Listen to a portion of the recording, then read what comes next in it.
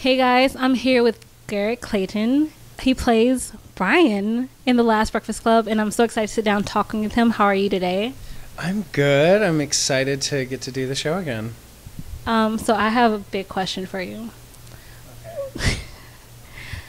So you just got done acting with Al Pacino and Judith Light in God Looked Away, and I need to know what it was like working with two living legends, and how did that affect you? I think it's really affected the way I approach material.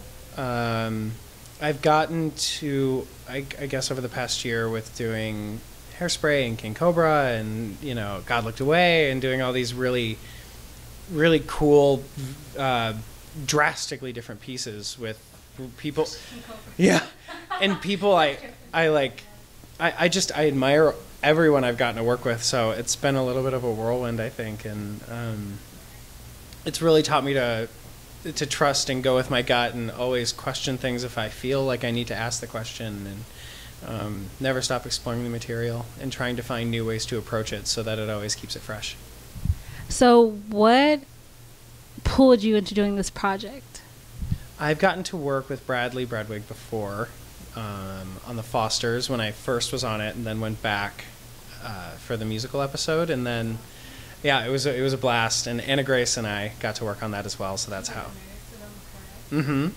And so he called me while I was actually about to finish God Looked Away at Pasadena, and said, I'm going to be doing The Last Breakfast Club, and I would love if you would be the character of Brian, and I would love to talk to you about it and tell you what we want to do with the movie, because it's based off of the original plot. It's just a fresh take on the ending of the movie, I guess. I don't want to give it too much away. Okay, so sorry guys, no spoilers. You cannot give you any. Who would you relate to the most, as far as character-wise, when you were in high school? Brian. I think I've always had an awkward cadence, which my friends love to remind me of all the time. That's our kind of job, I guess. Is when you're... Mm-hmm. Yeah, it is your friend's job to tell you the truth, and mine definitely tell me the truth. Whether it's the stories that have no ending that I like to tell a lot for no reason, and then don't realize halfway through and that there is no point. Yeah, I think I relate to him. I think he's really earnest, and he tries to just be an honest person and a good person, and really take care of the people around him, and I try to live my life the same.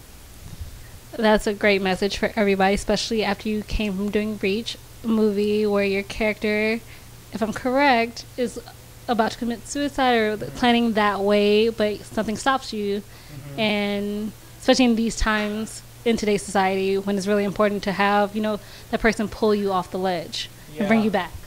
So Reach opens up on the day that my character plans to commit suicide, and then and it's interesting because this movie, I think, is just one story of one way you can help someone. There's a new kid that comes to school, and they end up kind of crossing paths, and they become friends, and my friend in the movie doesn't really realize how much he saves his life.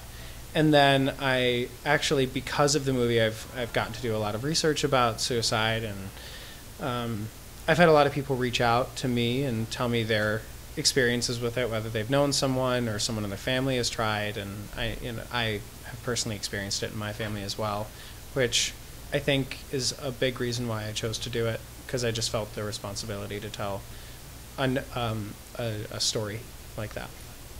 Which is really important. Like you said, you've been doing King Cobra, which is the farthest thing from Tanner and Teen Beach Movie. I could say the highest rate is super far. Everything I've done recently is completely opposite. Going from Hairspray to King Cobra, and then it is the farthest reach.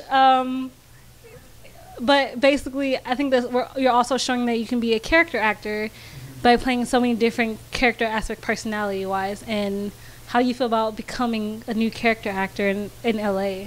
That's always been my goal and my dream, to be somebody who can do that. So I'm just thankful that I get to do the work that because I've always said it, I want to be a character actor.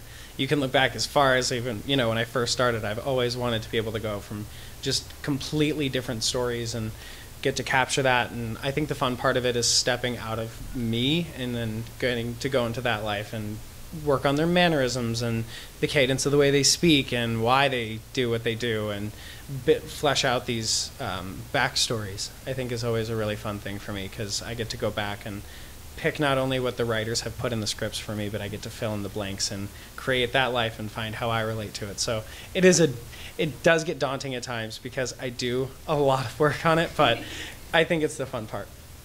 Okay, so what do you want fans to get out of this show when they come to see it? I think we have a lot of really strong messages, whether it's life. I mean, just how, people experiencing life and things they've gone through and how to move through it, move on from it, how to grow. The political climate we touch on a little bit. There's a lot of heart in the story. There's really strong vocals in it, and I think really fun songs. And so I think we just want people to see the heart and the message and have some laughs and hear some good music.